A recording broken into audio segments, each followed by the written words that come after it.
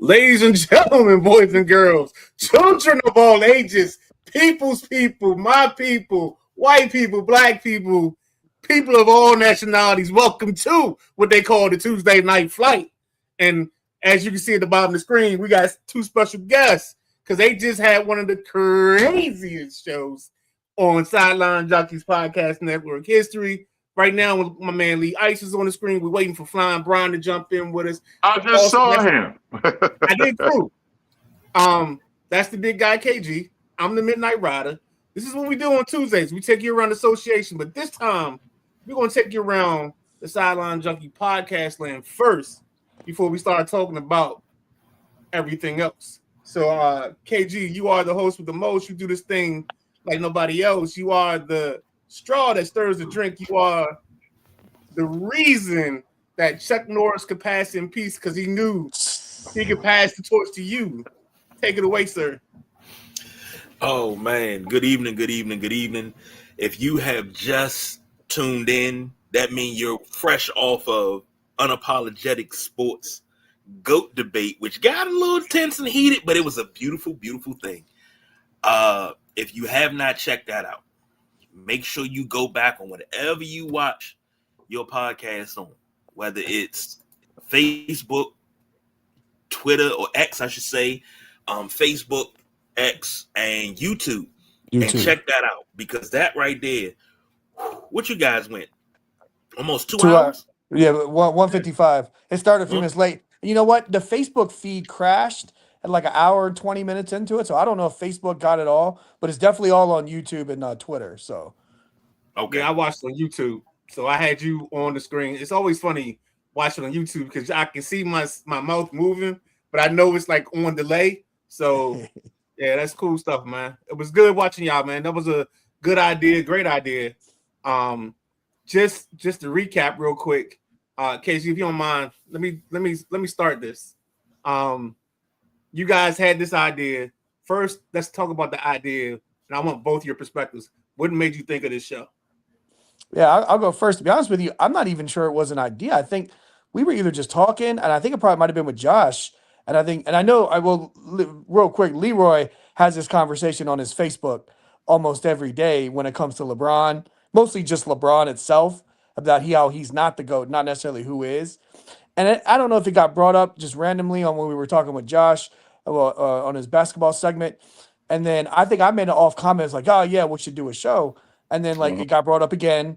So I did it again. And then we just decided, let's just do it, but let's make it important. So we had the draft coming up. We had things coming up. So we just wanted to expand it and put some hype around it. And then we set a day on it.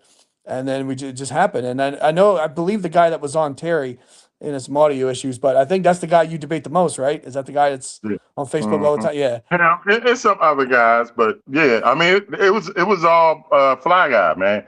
He mentioned it, it got a little, like the snowball kept building up. And I was like, we kept saying, this might be big. This might be big. And there's a video on TikTok of you just talking about something to do with that. And it's got huge for us. It's got huge numbers. Got huge views. Yeah.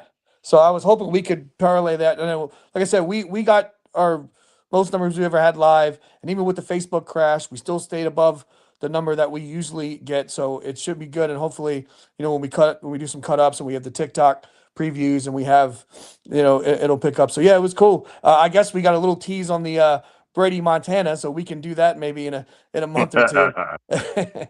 Also, quick question. Go ahead. I'm sorry, Lee Ice. Go ahead. No, I just want to say thank y'all for both being a part of it too. Thank y'all both for being a part of it. Yeah, KG, my bad, man. When you were like trying to get in, you were like in a store. I didn't know what was going on. I was like, what is he doing? I didn't realize my bat signal went off, man. BJ had texted me. I got everything on Do Not Disturb because I got so much going on, but I was checking it periodically on my phone. So when I finally saw the private message of I got you in there, but I didn't know if you were like, I didn't know what was going on. Oh, man, I was like this. Me. I know. I was like, what's going on? I thought it was like playing like a video and didn't realize he was in the studio. Man, Because I know I'm that sorry. Bill Russell joint got you heated. Yeah. it's one thing to say something about Bill Russell, but don't say anything that this new generation could do anything with him. The dude averaged 25 and 25. There's nobody in this generation that's going to do that. And I'm not taking anything away from Joker, but he's not averaging 25 and 25. We don't even have 20 and 20 guys no more. Nope. Like I'm convinced. You better got someone averaging 15 rebounds. Don't I average 15 rebounds no more? No, because you take so many long threes, but I'm not gonna get into the analytics about it. I'm gonna tell you somebody from the 90s that would get these big men fits. Derek Coleman would get these dudes fits. Derek Coleman would light their ass up and just like this era up. But that was my bat signal went off. When you start talking about Bill Russell, you know where I'm gonna go, and I don't know if the Midnight Rider saw it, but I had to bring up the 1962 MVP race. Greatest MVP race in NBA history. Should he have won though? To be honest, that race was I don't think he should have won. I mean, you could have gave I know he shouldn't have. You could have gave that to Wilt. You could even gave that to Rabbit. Yeah. It could have went anyway. Celtics must have won the championship that year. Yes, they did. Okay. And then talking about the bigs from that era, and you talking see them youngins, they don't know about the Bob Pettis, the Nate Thurmans, they don't know about them. I don't want to ever hear Bam Adebayo's name mentioned when you're talking about centers from the 60s, because Ed McCauley would give him a fit. Bob Pettit and Dolph Schayes would take him behind the woodshed.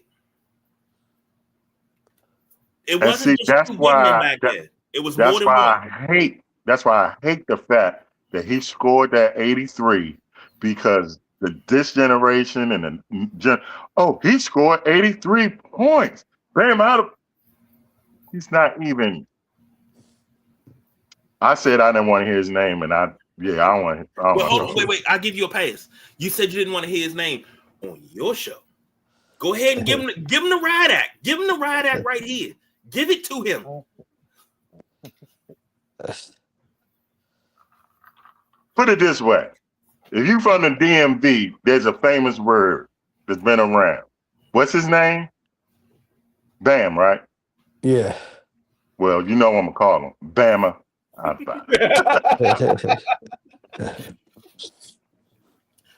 That's all I'm going to say about that. That's all I'm going to say about him. When you talk 60s, 70s, and we talking bigs, I think Wes Unseld would give a lot of these young bucks the business too. Give them the business. Ain't nobody coming in that lane, and you better look out if you chasing somebody and he put that pick on you, because you going to the floor. You got Wes, and you might not get up. You got Wes, and then you got Elvin Hayes. I could sit here and name bigs from the 60s, 70s, and 80s until the cows come home. Look, but I didn't get into my top 5 power forwards. I got Elvin Hayes in there. Ooh, I got Elvin Hayes in there. People forget about Elvin Hayes, man. Elvin Hayes used to give it to you, and he turned the wrong way when he shot the famous turnaround jumper. Yep. He turned the wrong way. That's why they couldn't stop it. But it was nice to have Josh. I mean, obviously Josh's gimmick is highly opinionated, and well, maybe it's not a gimmick. I might get mad if I say that. But I mean, he's a young buck, right? I mean, I'm 40, so I'm but I'm a little older than Josh. Like I said, I think Jordan is the GOAT, kind of because that's what I've been told. I've never really dove into it to really break it down like some of you guys have, and that's why I kind of stayed out of the conversation. I just wanted to kind of wrangle everybody in. Yeah, but that's what, because if we do one on, it's funny, if we do one on the GOAT when it comes to quarterbacks, surprisingly enough, I will defend Brady, even though I'm a Bills fan, so that would be a little odd maybe. But you know what you know. I hated Larry Bird. I mean, I couldn't stand. This was my guy, so I hated Larry Bird. But I know what I saw. And I grew up in a house where Larry Bird was the GOAT. I mean, me and my dad have gotten arguments about this all the time, and he was a little nervous, so he was a little. And I said, I just good, man. Yeah, but Harry did. I don't know what he's using though, because I think he's using a flip phone to stream from because he was quiet and didn't know what was going on, and Right. and he kept having he was muted when he wasn't muted. I don't know what was going on, but No, Harry did good, man. But yeah, man, we're gonna have to do a quarterback one. I mean, we're gonna have to do a lot of ones. That was a good turnout. So wait. You mean to tell me on this network we've gotten our first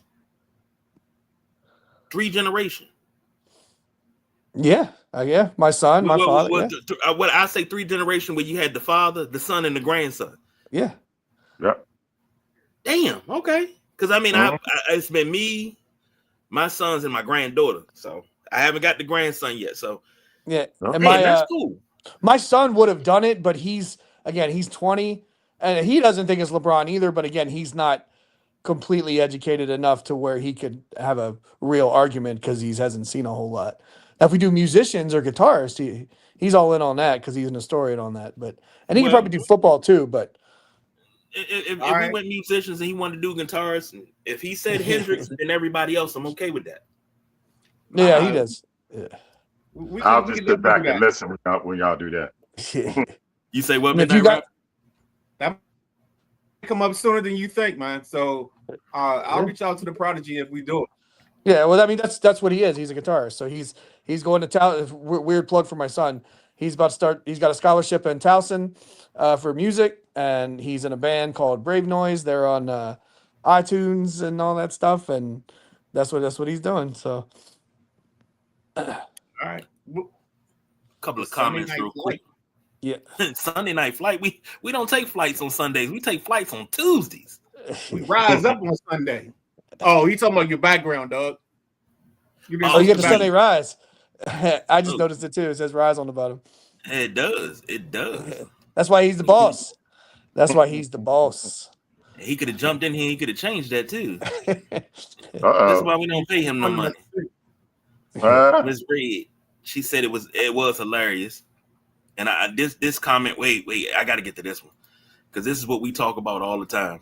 Come on. Which one? Don't do me dirty. Don't do me dirty. Yeah, I'm not in the mode, so I can't see it. And I'm of just a course, guest today. Now everything wants to run slow.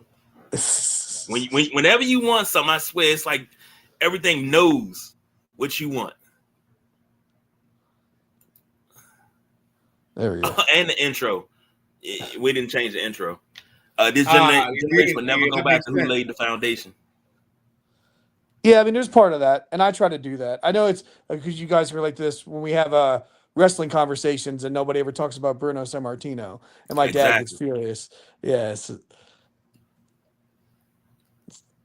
That's all Facebook couldn't handle the heat. Yeah, that's why Facebook went down. Yeah, so the Facebook length is like an hour and 15 minutes, but YouTube's got the full hour 55. So. Oh, damn. Yeah, then I got a message about you trying to scam me. So I don't know what that was. What's up? It was like if Brian is asking you for money, it's a scam or something crazy like that. Oh, so, it was some crazy joint in the we had some warning pop up in the middle of the show, and I was wondering if he saw it. It was this whole big paragraph. See that. Yeah, that was weird. I don't know. Like you said, he couldn't handle it. Couldn't take the heat. And we gonna put it on TikTok, get another 1,000 views. Yeah, because that's what I want to say. Before you go, okay, let's look into that 2 hours and like try to find us some clean cuts and like send it to BJ like the minute of the cut and how long it is. You might have to keep it to about a minute so we can maybe do a reel off of it. But if y'all can do that, that'd be perfect, man. Oh, it's all. I already got him putting it in the cooker. That's getting ready to be cooked up and tonight, so we can have that out by at least the morning. All right. Mm-hmm. KG, anything else you want from these fellas, man, before we get out of here and get going? The GOAT recap. Like, did we come to a consensus? No. Well, that was never that. It might have to be a part two. It might have to be a part two because nobody. I mean, we kind of did. You know, the only consensus we really never see. The only consensus was it was your GOAT is your favorite player. That's the only Yeah, that's but- kind of what it kind of turned into. No, my this is my favorite player. He Right, ain't but to go. I know he ain't to go. you do have Dr. J and Steph Curry above LeBron James. So there's No, kind of that. no, I don't even. My favorite player, I don't even have in the top 10. Oh, you didn't have Jay? You didn't have Jay in the top 10? Oh, okay. Although I think he's better than LeBron. Oh. But if you're talking career, no, Yeah, LeBron, you got to put LeBron over. But you Curry's got to put second, Larry right? Bird over. Curry's your second favorite. Mhm. And he's above LeBron. So okay. Beat LeBron 3 times. Tune in. Go back and watch Unapologetic Sports. And then everybody gonna say, "Oh, but he had Kevin Durant." So, what has Kevin Durant done since? All right, fellas. Anything last to wrap this thing up, so we can let y'all go, and then we'll start our joint up, and Yeah. we got a couple things we got to hit on for sure. All right. All right. Thanks, you guys. Thanks for All right, having us. thank Thanks for y'all, having man. Thank y'all tuning Thanks for in. coming on our show. We'll do it again. Yeah. Oh, Anytime y'all need us, let us know. All right, cool, man. Appreciate All it, right. brother. Peace out. Peace. Yeah. Hey, Midnight Rider, Yes, sir. because I didn't do it right, and we kind of doing a reset. How Yeah, about let's we go. reset and we jump into it? All right, what are we resetting with, though? Stay tuned and find out. You still gotta think about me. Want someone to hold. You can put me on airplane mode.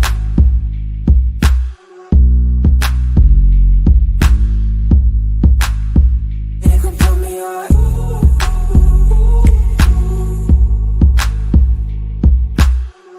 You still gotta think about me. Want someone to hold. You can put me on airplane mode.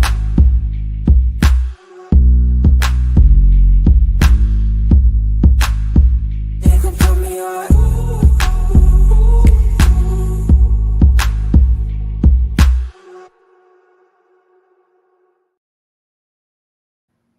Ladies and gentlemen, welcome to the real opening for the Tuesday Night Flight. As we got the Tuesday Night Flight background and not the Sunday. Yo, that's so funny. But you know what? That shows you how much of a Pavlov dog I am. Because all I did was wait when the music stopped. I just started going. I knew it was short, but it was just like, all right. I mean, it's showtime. Wow. All right. I'm a trained canine that when the bell rings, I start. Well, never mind. So let's go.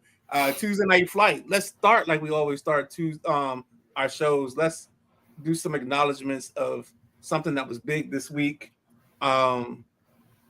I know for you this is big, so if you don't mind, let me go first, so you can have the floor, because we got to start this part 2 of the show with the rest in peace to John Sterling. Probably one of the best announcers in sports, tied to a team. He was the Yankees run during that stretch.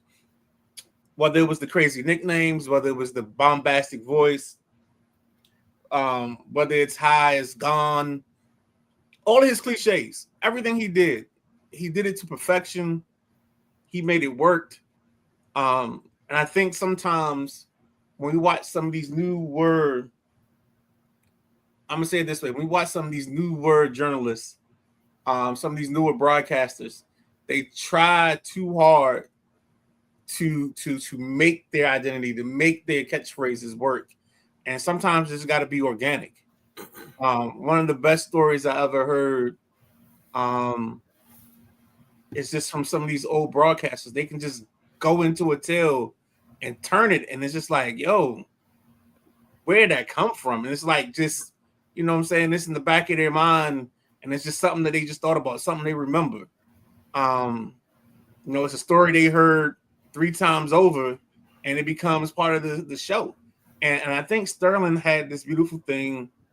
They were kind of quirky, but the A-bomb for A-Rod, all rise, the home run for Aaron Judge. He had the one call I heard a bunch this week.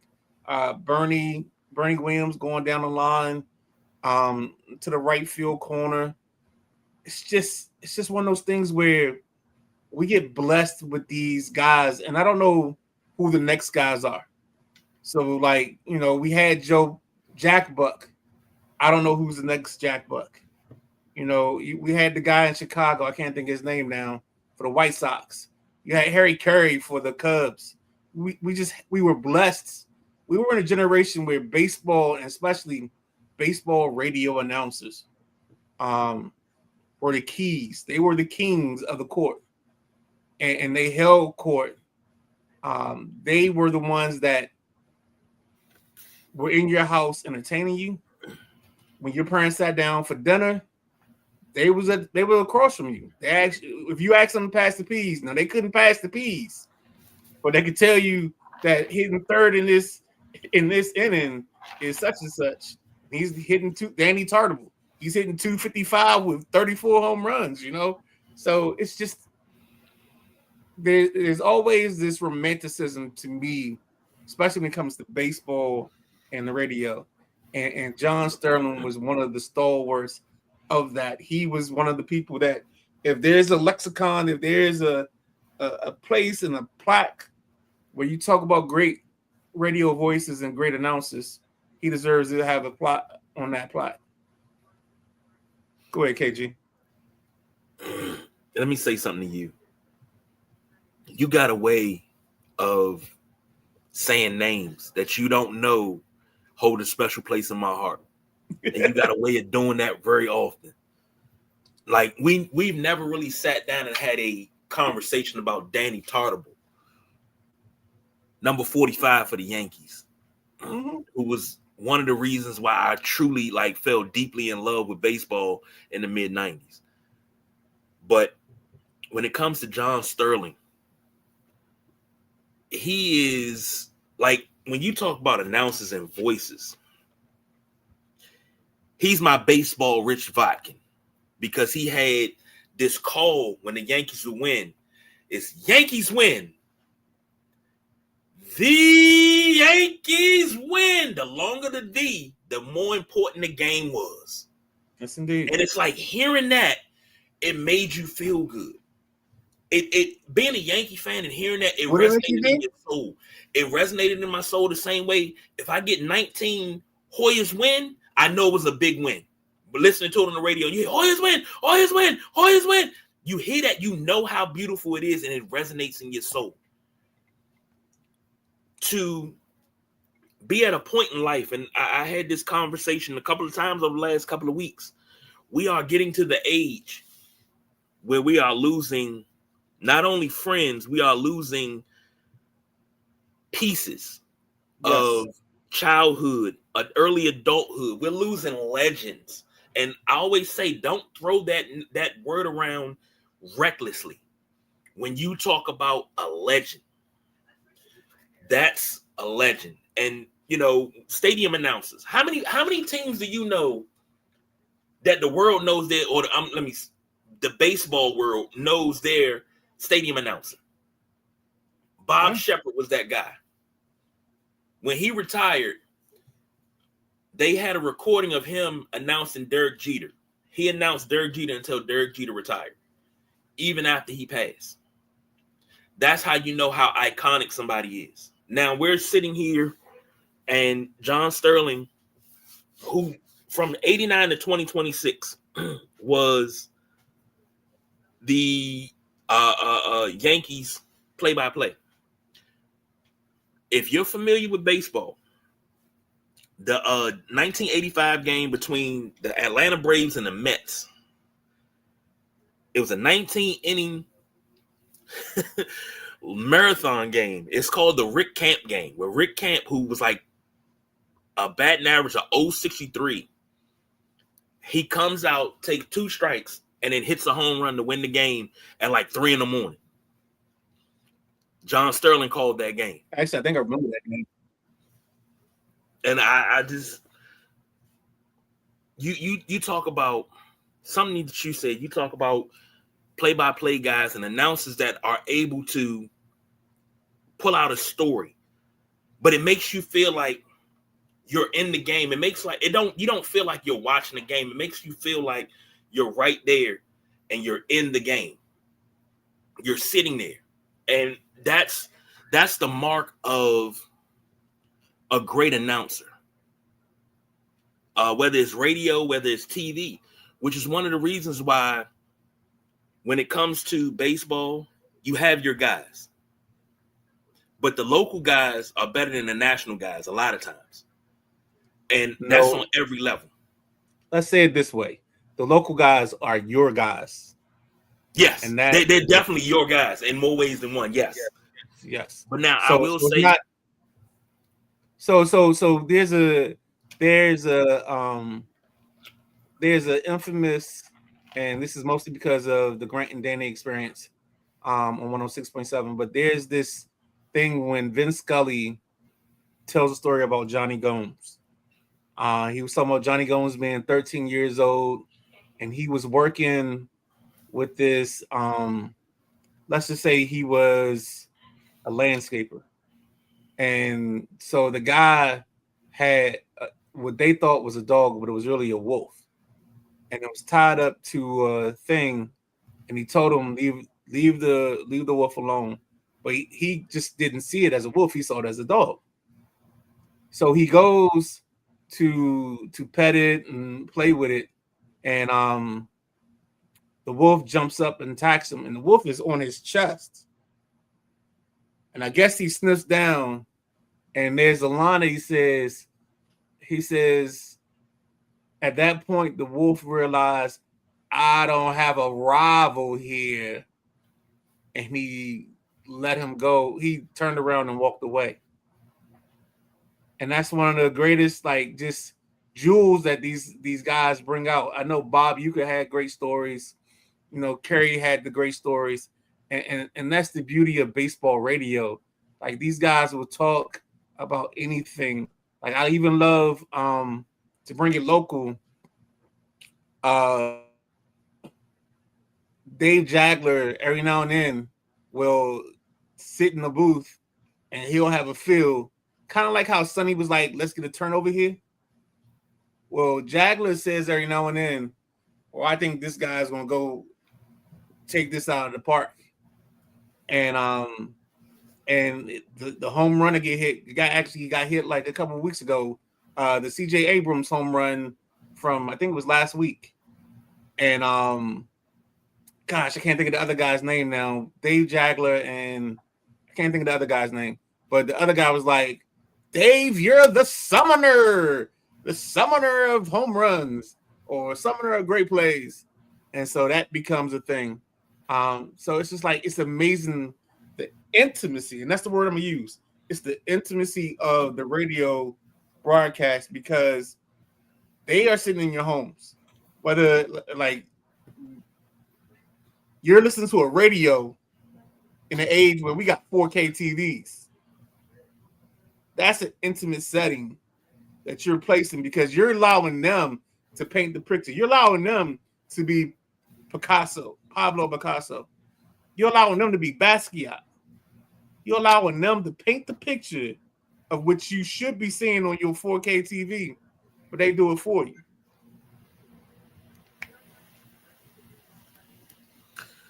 I've never been able to put that into words as long as we've been doing this show. I've never been able to put that into words to explain it just like that.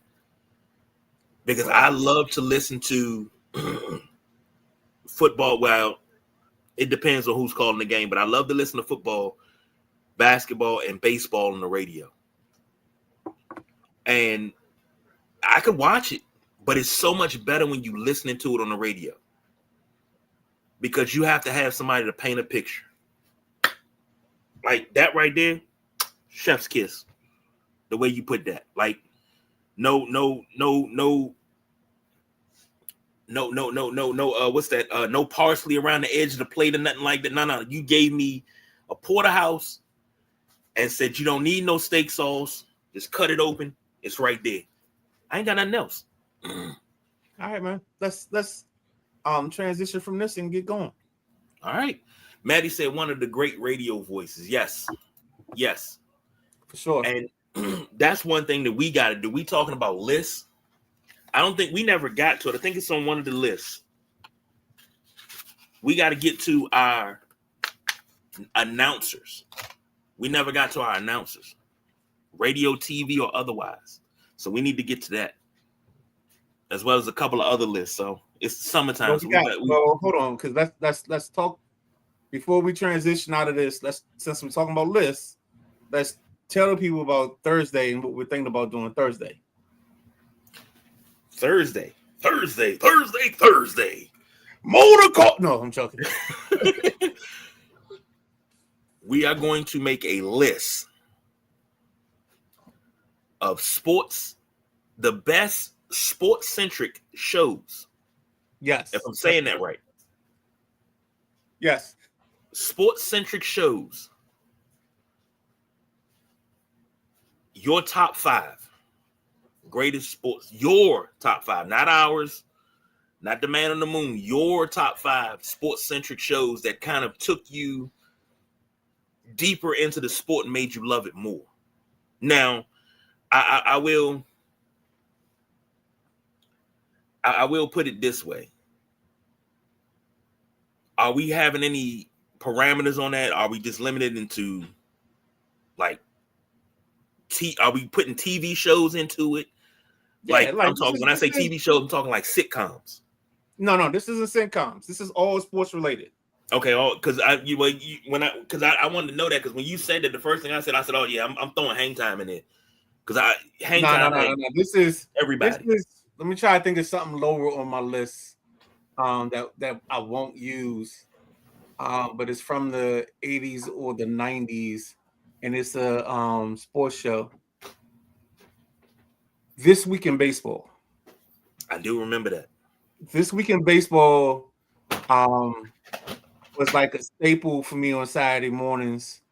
I always had of course it was called Twib back then because it said This Week in Baseball. But it's one of those shows that iconically, like, just from the standpoint of being a 11, 12, 13-year-old person, that shaped my sports weekend. You know what I'm saying? That was one of the shows I always watched. I watched a bunch of sports shows, but that was one of the ones I watched. I'm trying to save a couple because I think I got a couple gems that you can be like, dang, I remember that. And some of them are gonna fall within the parameter of what's the show we talked about earlier? The Wide World of Sports. So that's gonna be kind of something else, but it's not going to be, it's under the umbrella, but it's not the show, The Wild World of Sports. So let's leave it at that. All right. A couple of comments. Announcers allowing them to use their imagination. Yep, because when you can't see it on TV and you kind of got to just you sit back and you listen.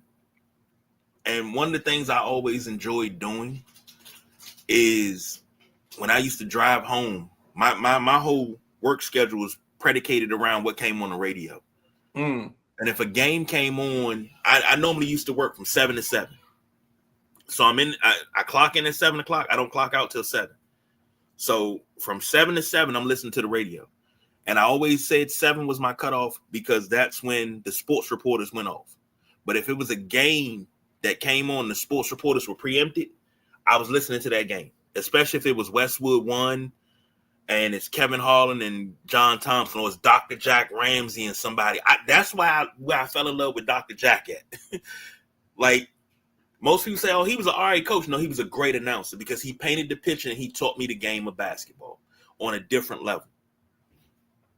So I always hold a special place in my heart for him. So, I used to have a bit when I used to talk about like baseball announcers.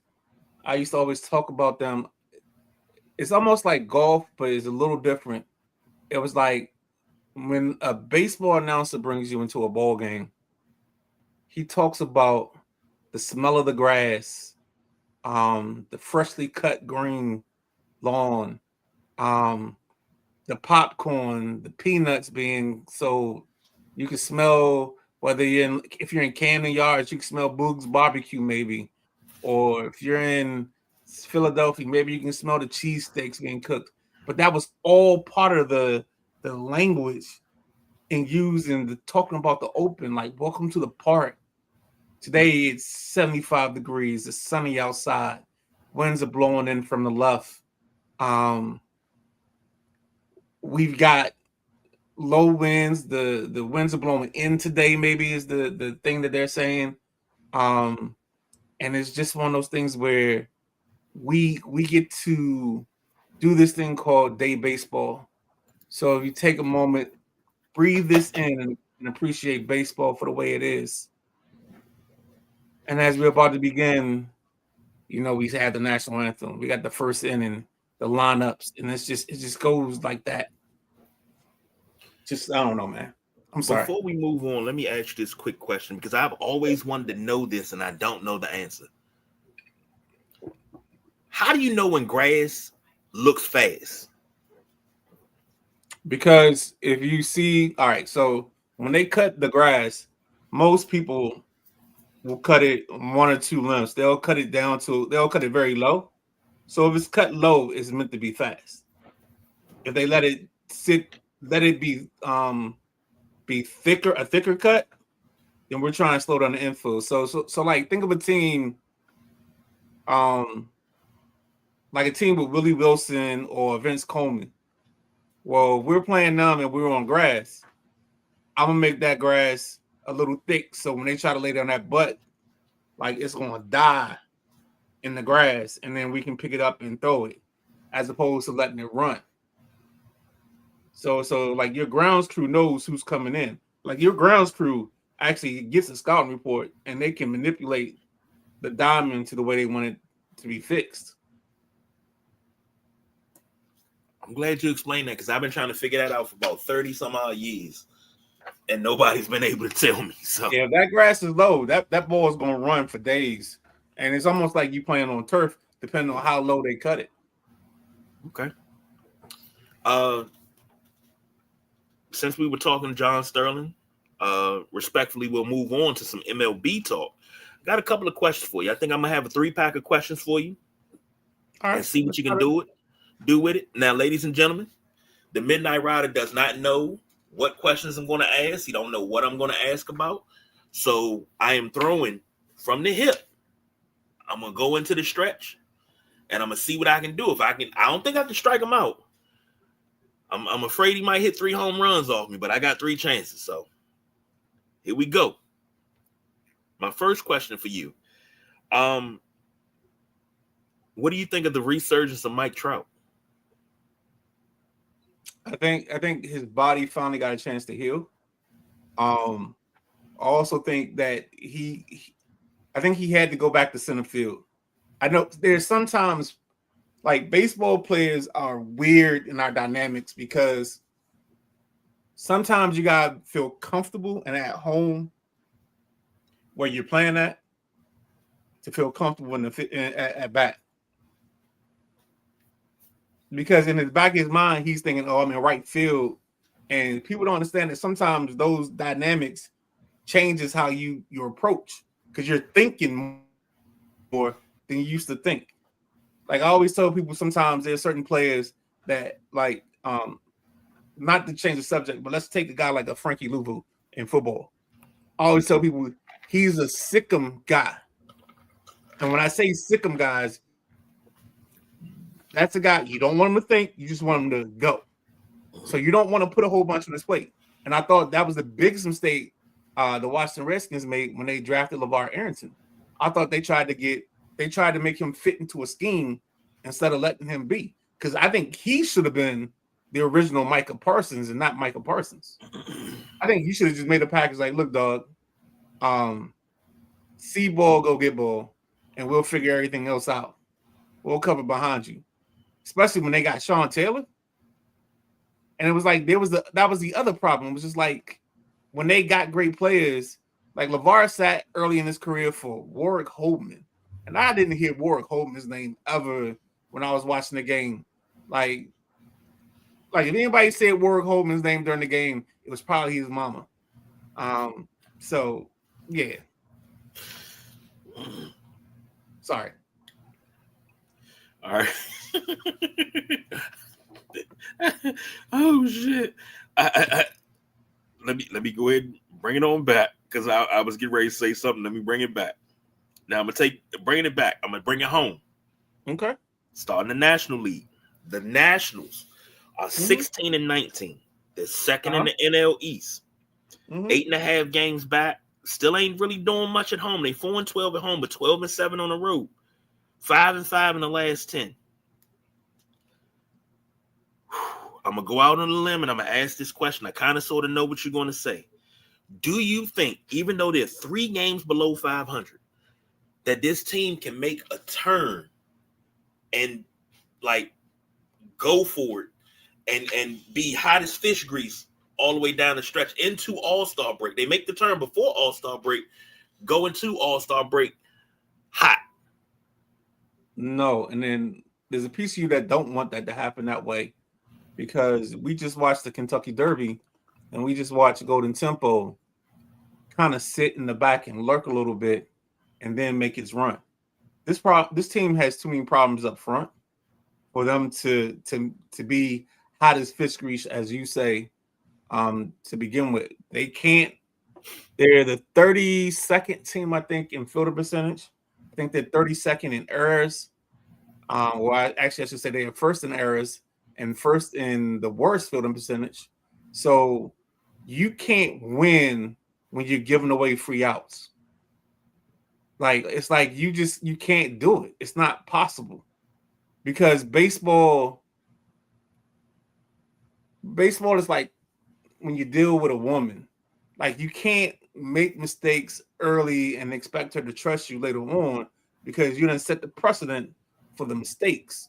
Like, you gotta come back and redeem yourself and make her understand that, you'll love her to the end of time, but it's not just words, it's what you really feel. You know what I'm saying? Because you can't be afraid of the way you feel. So, and I think that's what the way baseball is. Baseball is such a romantic sport that, like, you got to take care of the small things in order for the right things to work. And you can't give away outs in ball games and expect to win. Same thing with walks, because now you give the team another chance. You give them new life. You know what I'm saying?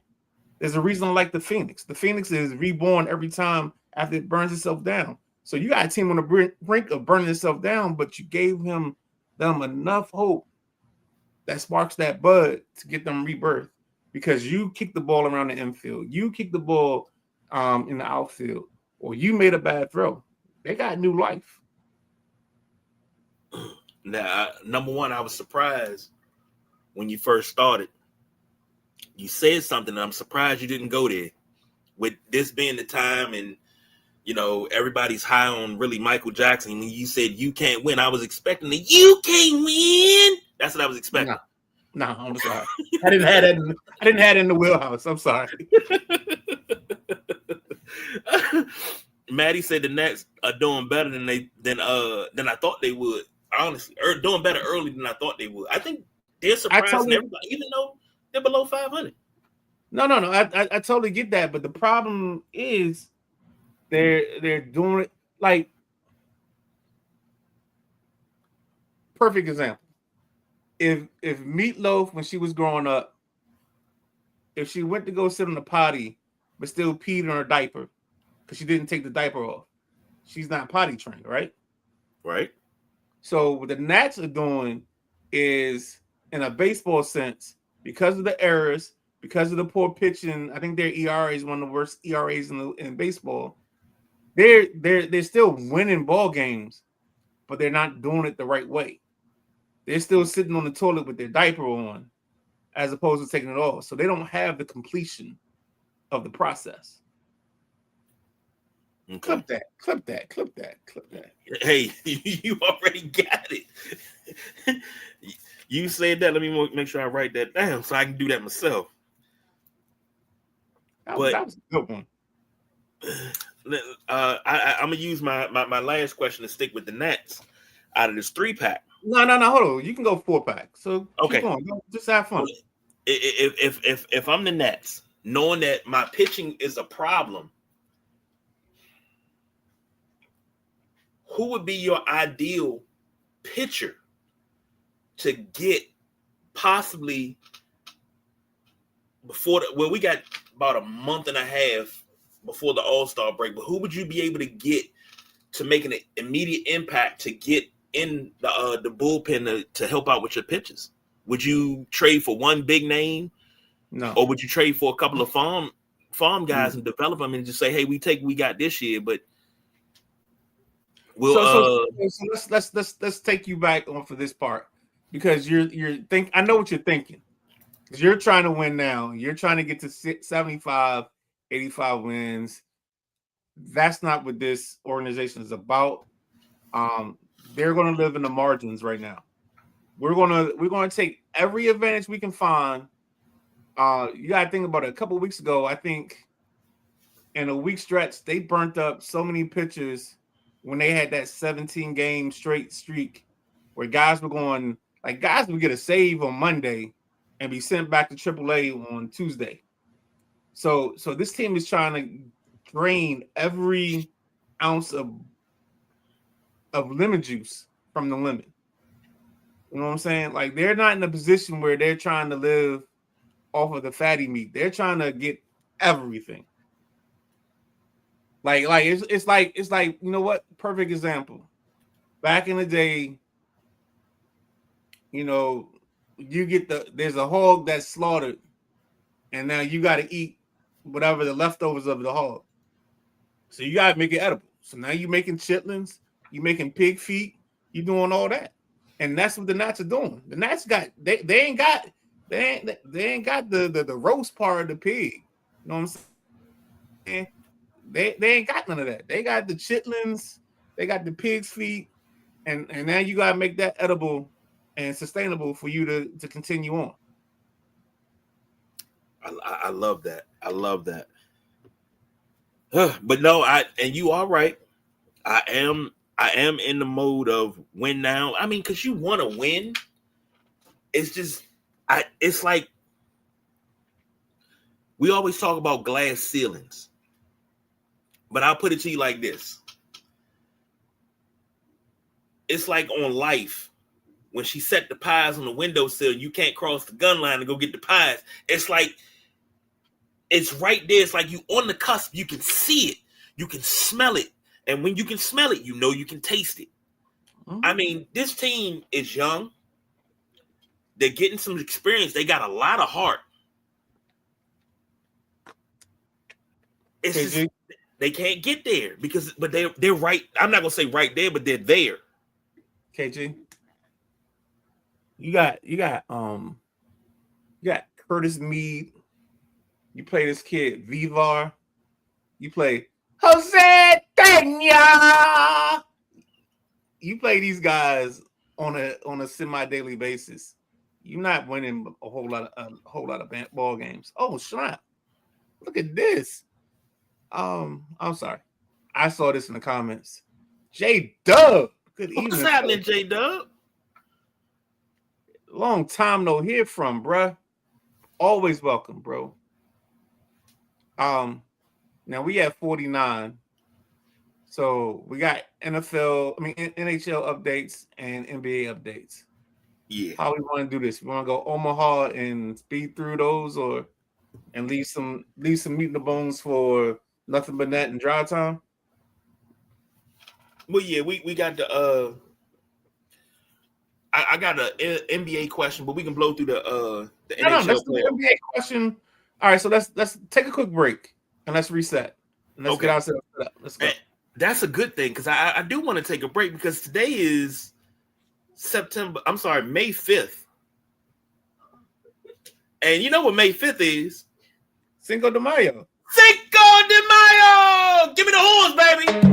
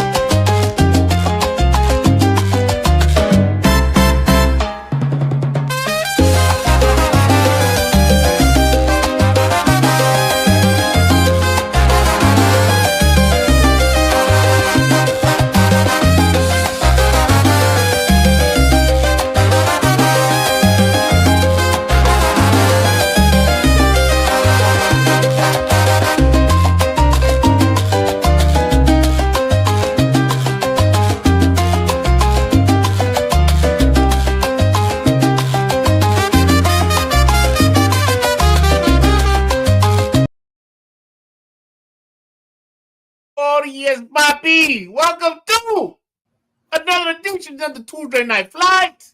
I am the Midnight Rider. This is the big guy KG. We welcome you to this show. Welcome back. Man, I was like, oh, this would be appropriate today. This would be appropriate. Oh, I didn't know if he was on the wavelength. I didn't know if he was catching it. Dog. All right, we gonna hit this thing, and we gotta go. The boss be thinking you gotta love this shit. You do, because we do it because we love it. That's what we do it for. Man. All right. That's the whole part about this. Hold on, can I give you a Tito Santana? Arriba! All right. Updating you on the NHL playoffs real quick. The Avalanche beat the Wild 9-6 on Sunday. Colorado leads that series 1-0. Maddie, Sarah, and Vic's Hurricanes. Game 2, 3-2 over the Flyers in OT last night. Carolina's up 2-0 on that one. The Golden Knights beat the Ducks 3-1 yesterday. Golden Knights are now up 1-0 in that series. Game 2 of Wild Avalanches going on as we speak. End of the first period, Avalanche 2-1 over the Wild. Yes. And then later on, that's tomorrow at 7. You got Sabres Canadiens, game 1. Game 2 of Golden Knights, that's at 7 p.m. Game 2 of Golden Knights Ducks, 9:30. And then Thursday, by the time we get off air, you got game 3 of Carolina and Philly. So, man, let's move on over to the NBA playoff update. Hold on. Let's take a step back. I know I said Omaha. I know I did. I apologize. But that Colorado series with the Wild, I think game 1 was 9-6. And somebody described it the best way you could. Think about this. There was a game at FedEx Field a couple years ago where the 49ers faced the Commanders, or I guess at that team, they may have been the Washington football team, or they may have been a Symbol, or they may have been, I'm sorry, Microsoft. I don't know what they was. But that game ended 9-6, and that was like a hurricane, the back end of a hurricane. The field was wet. I actually think the 49ers did like a team slide at the end of that ball game to close it out. But that tells you what, like 9-6, like that's not a hockey score. You know what I'm saying? That's not a normal playoff hockey score. I'll say it that way. Because sometimes on the West Coast, because every now and then I might get into a vibe where I want to do West Coast overs on hockey night. Doesn't always work out in my favor, but yeah. But yeah, that's the crazy thing. Oh, hold on. We got comments. Oh, just one. Hold on, let me get back to it. It's just Miss Boss Man. Loving the horns. Yo, that beat, that's you know what? I might have to change my name today. No, I'm not gonna do it now. Go ahead. But I agree with you. That's not a hockey score. You don't nine goals in a hockey game. Right. We're talking hockey.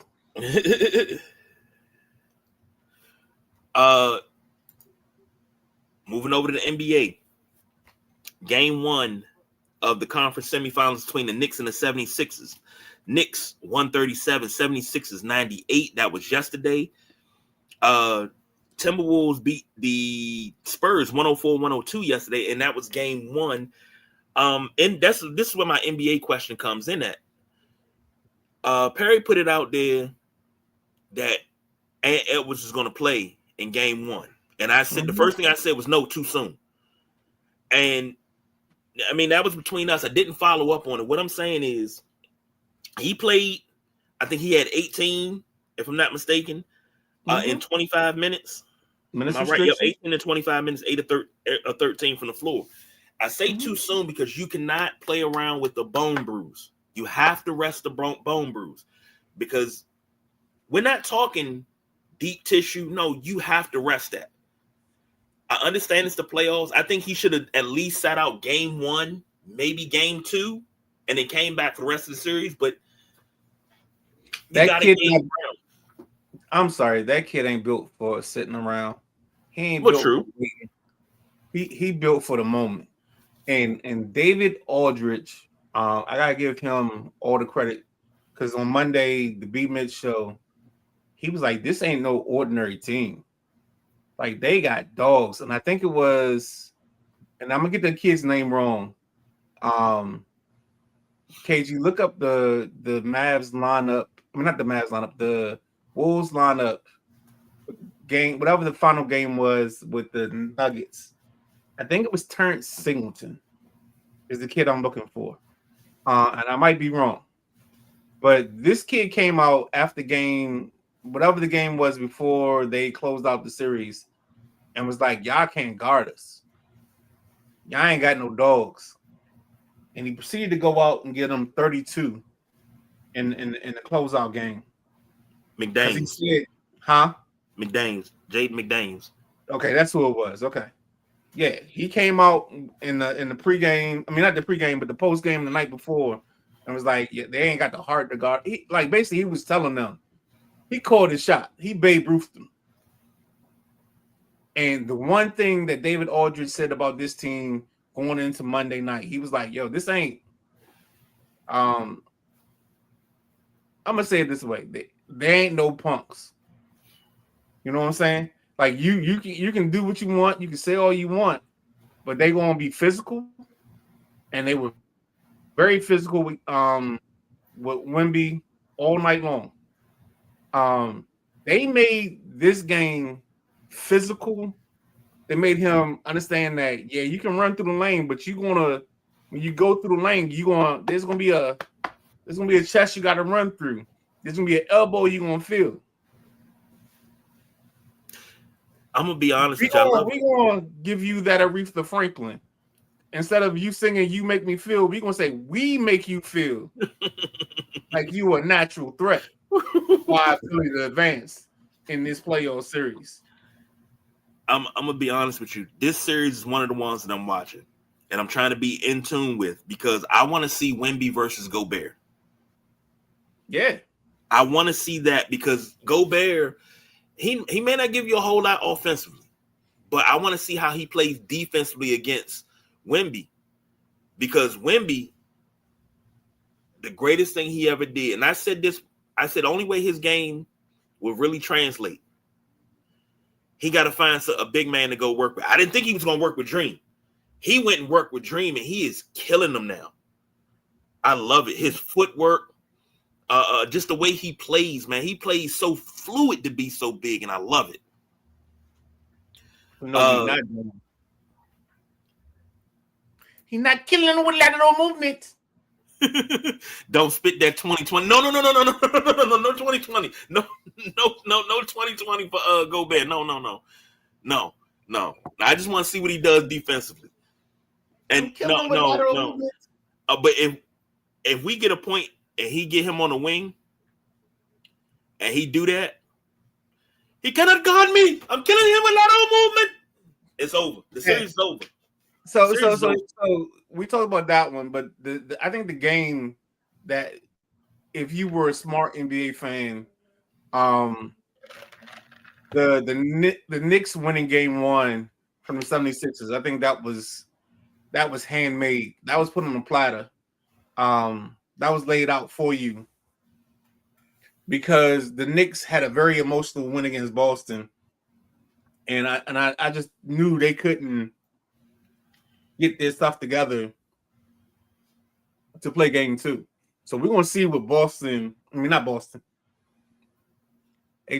Well, never mind. I'm not gonna say that because I know I got some Boston fans that's watching, and I mean. Weren't they on? Did you see Inside the NBA? No, I missed it. Oh yeah, they was on a joint to Cancun and what's that movie, Titanic, where they got the people on the thing and the guys holding her up? Yeah. Leonardo DiCaprio. Yeah. Yep. Yeah, that was Mike Vrabel and Diana Rossini. Shout out to Chuck and them for that. But yeah, the 76ers got caught because I think they were at an emotional low.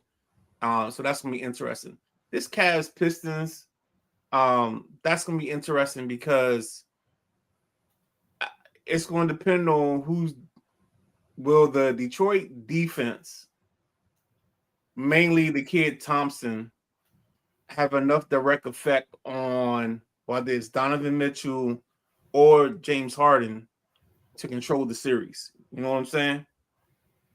So that's going to be the interesting part on that dynamic. And then it's going to also depend on Jared Allen and Evan Mobley. Like, are they offended enough to be impactful in this series? But you'll get all those answers and some more questions when tomorrow night at 7:30 you turn into Nothing But Net, hosted by two guys that I know pretty good. One is C. Perry Jones II. The other guy, they call him Midnight Rider. And then we're going to have some guests. I think we're going to have Josh. And last week he wore a suit. He stepped it up. And then I think we're going to have his boy JG with us as well. So, yeah. And they go Perry. See? 36-hour turnaround. Right 6 now. supposed to get blown out. What's that joint? Is it $20,000 pyramid? Yep. Yo, between you and Perry, $20,000 pyramid, I think we could get it. I think we could win some money, dog. I'm going to say this. Now, the Knicks are, again, my favorite this season. And it's hard for me to say that as a Bulls fan, but I love this Knicks team. I got to take my fandom out of it, and I love this Knicks team. But the Knicks and the Pistons are two teams that's in a position where you're the predator. The Cavaliers and the 76ers are the prey. You cannot play around with the prey. You got to grab them by the neck, cut off their wind, watch the light leave from their eyes, and then devour their souls. You have to. You cannot play around with them. So this is my upset. I think I picked the Cavs to beat the Pistons, and it's the Cavs and the Knicks fighting out for supremacy in the East. Well, it would have been Boston, but now I got to settle for.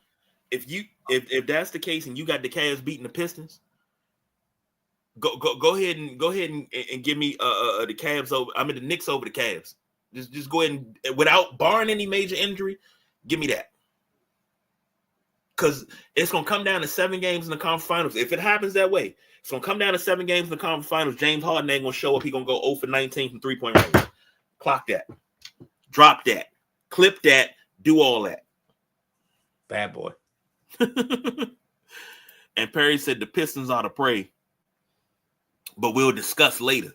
So that's a little bit of a precursor, if you will, to Nothing But Net. In progress right now, the Pistons are up 87-82 with about 10 minutes to go in the fourth over the Cavaliers. Out in the West, well, not in the West Coast, they're in the Midwest right now. The Thunder are down 20-19 to the Lakers with about 2:30 to go in the first quarter. Lakers sweep. Lakers sweep. No, I'm joking. It's time to wrap that shit up, B. Nah, so first and foremost, there's a couple things I want to do. First, I want to give the fellas from Unapologetic Sports their love that they're due for what they did today. Having a great conversation, having a great thing. Like, this is what we're here for. You know, this is you know, Martin and driving the Porsche, you know, in Bad Boys 1. It's like, you know, and Will walking over to him, you know, like, that's how you drive. That's how we do this. Let's not be scared to chase the conversations, man. Let's do this. People I don't love come here to be calm. They come here to have fun, man. Let's let this thing rip. Make them understand. Make them know that the sideline junkies ain't nothing to be playing with. I love it. I love it. I love it. And I'm gonna finish it this way because I know you'll appreciate this. When we do stuff like this is when we operate as eagles. And if we find out that a pigeon's flying at the same height as us, then we're not flying high enough. Only eagles fly their altitude. So what we got to do as a group, and this is not a challenge to, I'm not telling somebody they're failing at what they're doing. This is me saying what we do has to become the standard. And the standard has to be flying high with eagles and leaving the pigeons behind. On you, KG. Look, I'm not following that up. You're not putting me in that trick bag. I ain't following that up. Ladies and gentlemen, thank you for joining us tonight. Don't forget to go back, check out anything that you missed on YouTube. You can go check out Unapologetic Sports, which was before this on YouTube. You can check out Drive Time, which was yesterday on YouTube. Sunday Rise is on YouTube. Tomorrow you got Nothing But Net on YouTube. We'll be back on Thursday as a tandem to give up our top 5 sports-centric shows. And we'll make sure we get that.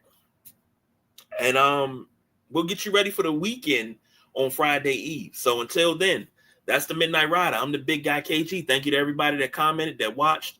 We love you madly, dawg. We are out of here.